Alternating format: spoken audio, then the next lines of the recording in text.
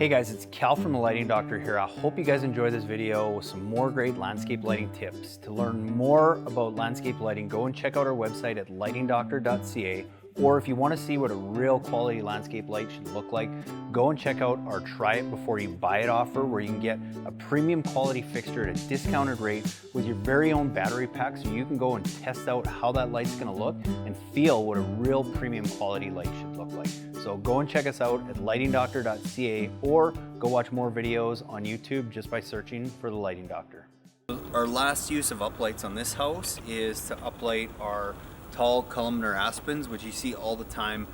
The one thing I see most people do though is they'll try and light every single tree, and before you know it, you've got 17 lights in your backyard, and it's just a lot of the times it's overkill and it's too much. You can always add more lights down the road, but what I recommend is starting with a few trees. So what we've done here is we've got about 8 or 9 of these tall trees in the back.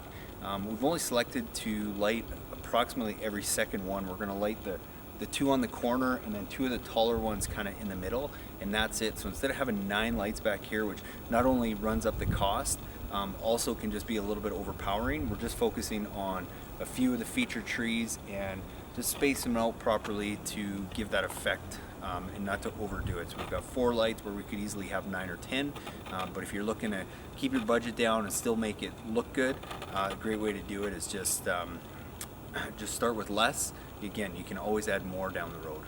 Even before you go ahead and bury all your wires, something you might want to do is just plug your lights all back into the transformer, get them wired in, and test them and make sure that all your connections are working properly. If not, then you might have to go and redo some.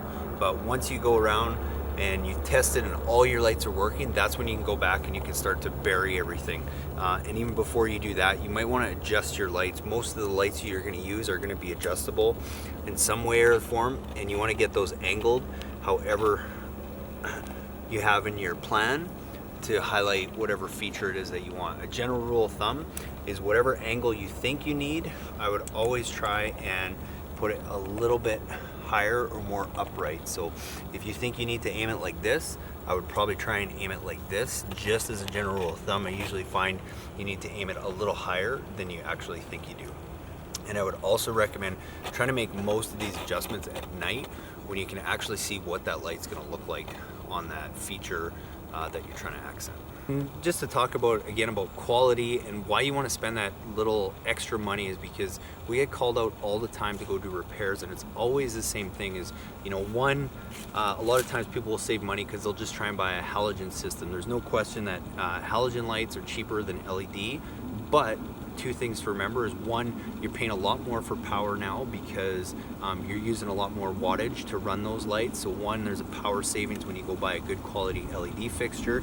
And then the other thing to think about too is that with an LED bulb, you're not having to replace that every 2 or 3 years. Whereas most halogen systems, you got to go and replace those bulbs every couple of years. And it's not so much that the bulbs are even that expensive, it's more the time. I get asked all the time to come out to people's houses to say, oh, my lights aren't working, and all it is they just have to go change the bulb. But I mean, if it or anything like me at my house is always the last one that gets taken care of, and I just don't want to be going out and digging around and going to replacing bulbs in the middle of the winter time. So there's a huge savings in that. The other thing is, you get a good quality fixture that the fixture alone is not going to break. There's cheaper fixtures out there. You can go buy them for 10, 20, 30 bucks.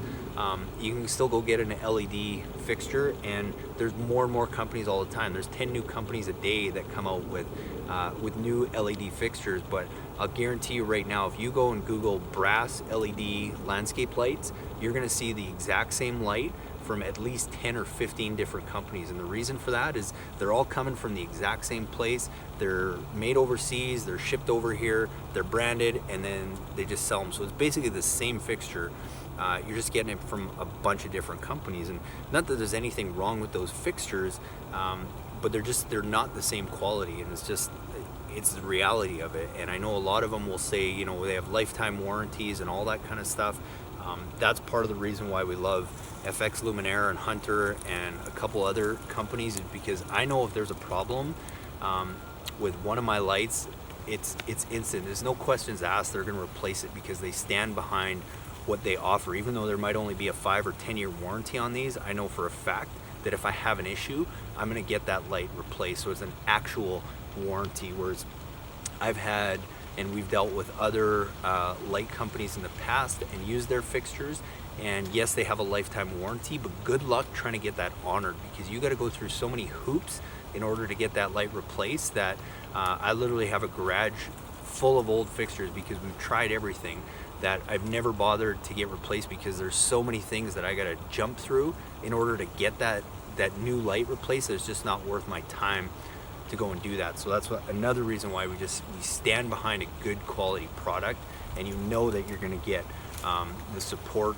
and valid warranties when you go and buy a good quality fixture like this. The other thing is, you know, the fixture is not going to get knocked over or busted by a lawnmower or a kid or a dog or anything like that, because they're built with really quality materials, with really good quality ground stakes.